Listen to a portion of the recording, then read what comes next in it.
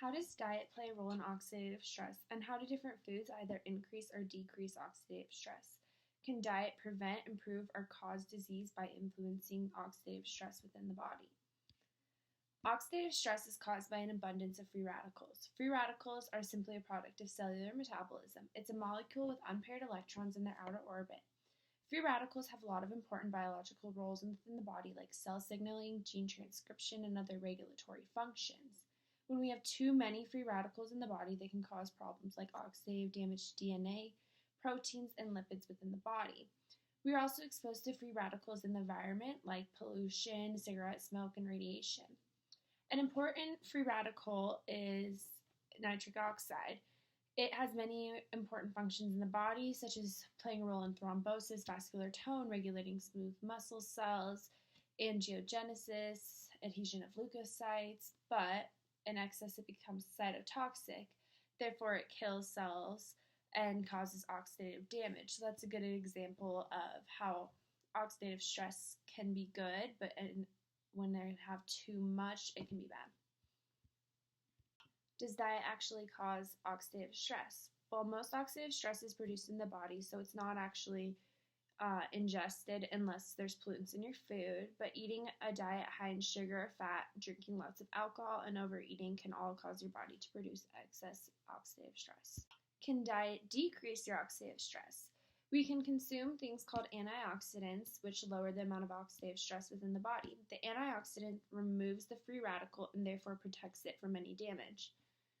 There are lots of dietary sources of antioxidants. The most common ones are vitamin C, E, and beta-carotene. Antioxidants are mostly found in plant-based foods such as fruits, vegetables, and nuts. Also, our body produces some antioxidants, but most of it comes from dietary sources.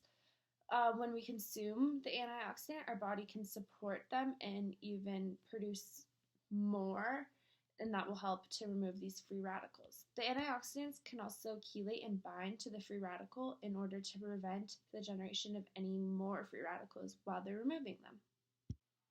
Here is an image of a free radical in an antioxidant. As you can see, the antioxidant is donating an electron to the unpaired electron in the free radical, and therefore helping it rid the free radical from the body.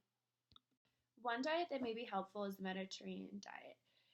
It's been shown to help lower oxidative stress within the body. One study that looked at the association between oxidative stress and those consuming the Mediterranean diet looked at a plasma marker of oxidative stress, which was the ratio of reduced glutathione to oxidized glutathione. And glutathione is an antioxidant that our body produces.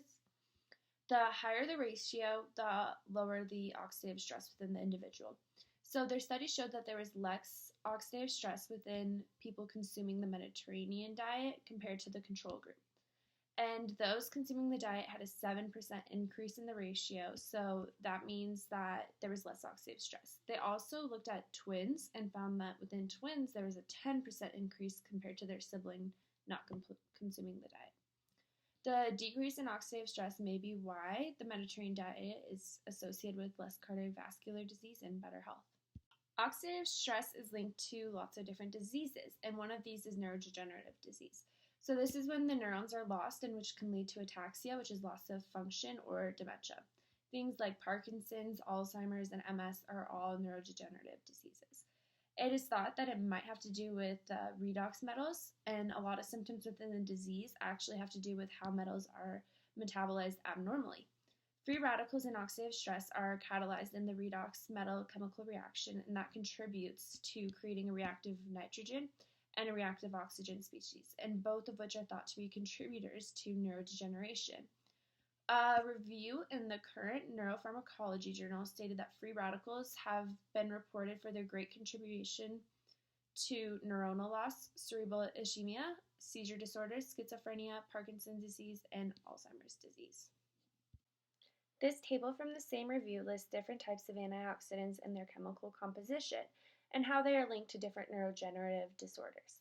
In the mechanism of action column, you can see how the free radical plays a role in the development of the neurodegenerative disease. There's a lot of evidence showing that those who consumed more plant-based foods have less cancer. This may have to do with how plant-based foods tend to be the highest in antioxidants.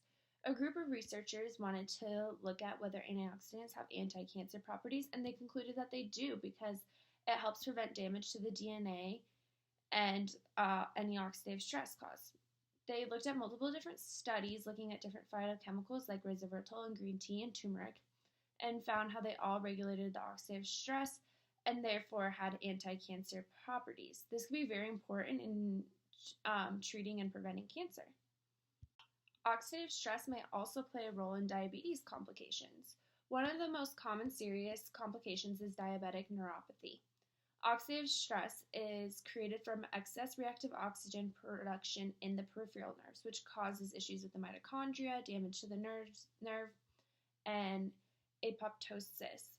So, oxidative stress was shown to also increase inflammatory cytokines. So, the researchers concluded that antioxidants may help treat diabetic neuropathy by improving the repair of the neurons. So, oxidative stress also plays a role in cardiovascular disease. Patients with cardiovascular disease have been found to have higher levels of markers associated with oxidative stress. One of the ways it may be associated is that oxidative stress plays a role in the development of fatty streaks in the arteries. The reactive oxygen oxidizes LDL, which initiates the formation of the fatty streak or atherosclerosis. The oxidative LDL can also be cytotoxic and also influence other atherogenic issues. Oxidized phospholipids and oxidized fatty acids can also play a role in atherosclerosis. It can also affect the genes that influence the inflammation of blood vessels and arteries, affecting cell signaling. Many studies have concluded that there is a connection between oxidative stress and cardiovascular disease. There are many ways that we can prevent these diseases by reducing oxidative stress. Lifestyle medicine is a great way to reduce our oxidative stress and increase antioxidants within our body. One way is to reduce stress. So, social interactions, positivity, meditation, and mindfulness are all very important in reducing our stress, which will therefore decrease oxidative stress as well.